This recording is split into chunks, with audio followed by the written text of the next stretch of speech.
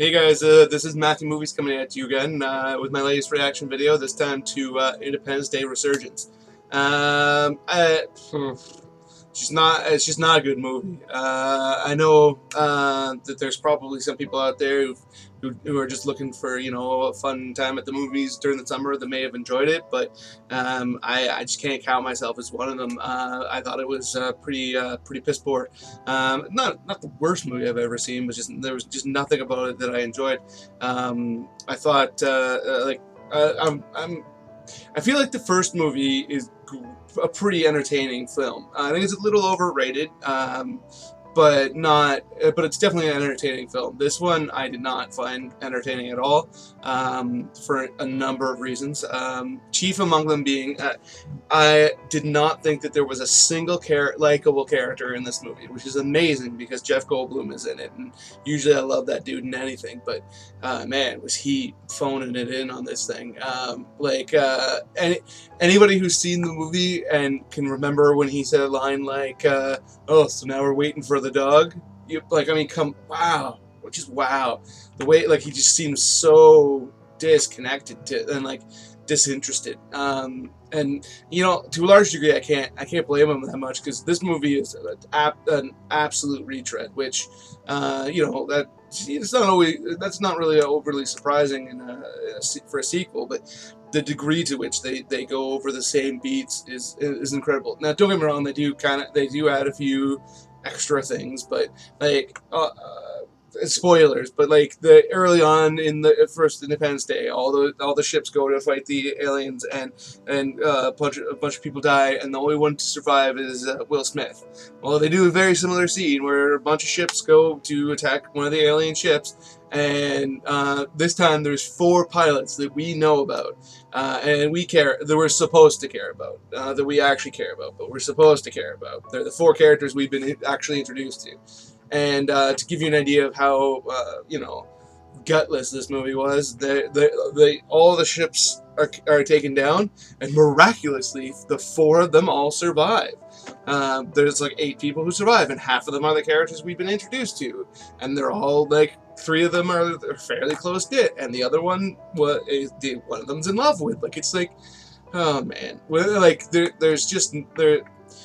everybody survives in really ridiculous things in really ridiculous ways. This is a little rant for you that I think applies to most Roland Emmerich movies past Independence Day, and a lot of other movies the Peter Jackson's King Kong remake. I can't stand it in a movie where there's an action sequence and our hero does literally everything that he has to do in order to survive a scene. So, a great example I'm thinking of right now that's not this movie is in King Kong's remake, where they're all running from the dinosaurs, and also when they're attacked by the big insects, and literally they're "Ooh, and if they didn't do those exact 4 moves, they would have died. If they hadn't moved in the an alien comes by and it's whoosh, or not alien, but insect goes by, it's whoosh, and then another one goes by and it's whoosh, and if they hadn't moved in the exact way that they did, they would have died. It's way too stupid. It just takes me right out of the realism of the movie. Don't get me wrong, there are people out there who have crazy good reflexes, and they could probably dodge some attacks, but they're not going to dodge 30 in a row. It's just stupid.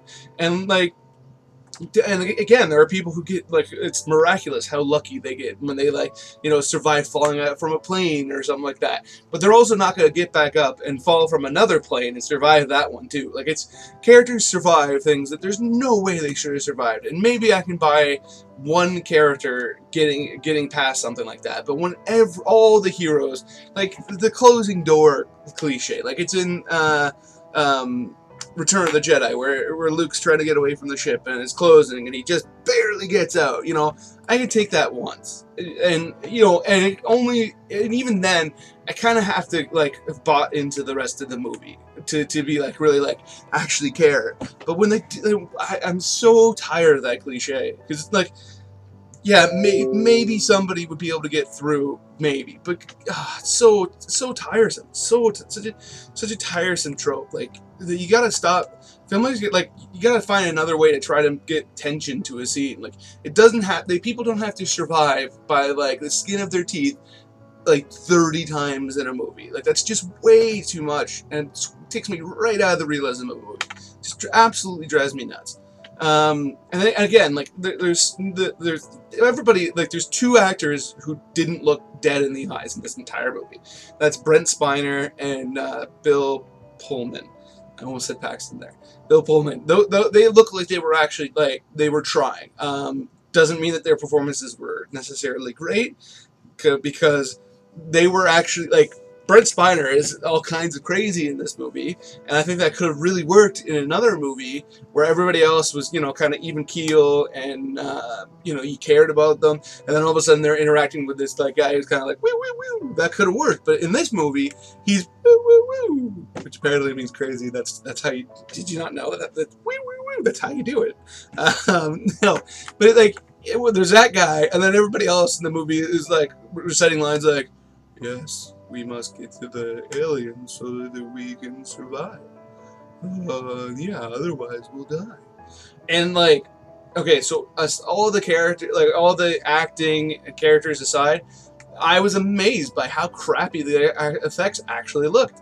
Like, if there's one thing that you should be able to expect out of a Roland Emmerich movie is convincing effects. And like some of the aliens in this looked so cartoony to me, and I mean, there was some stuff that was pretty decent, but there was one scene that like somebody was watching on a monitor, and it looked like something that like a high school student and like high school film student would have put together. Like it was really bad. And then like the whole one of the whole things conceits of the movie that I actually thought was not too bad was that the technology on the planet has gotten far more has progressed a lot because of the technology of the aliens. We were basically able to reverse engineer it, right? Which that's kind of cool. But some of the ship designs and stuff like that, like there's these ships that have basically like hands, and they look like school buses with hands. Like you couldn't come up with something better than that.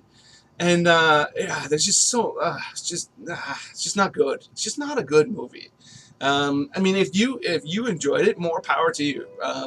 As I've gotten older, there's like when I was younger, I used to try to browbeat somebody who liked a movie that I didn't, how wrong they were to like it.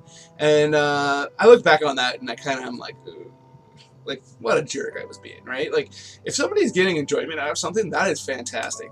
Like there's nothing in the world that's better than that, Well, I mean that's not really true, but there's very little in the world that's better than that. So like if you enjoy this movie, don't listen to me at all. Like if your barometer says it's an enjoyable movie, that's awesome.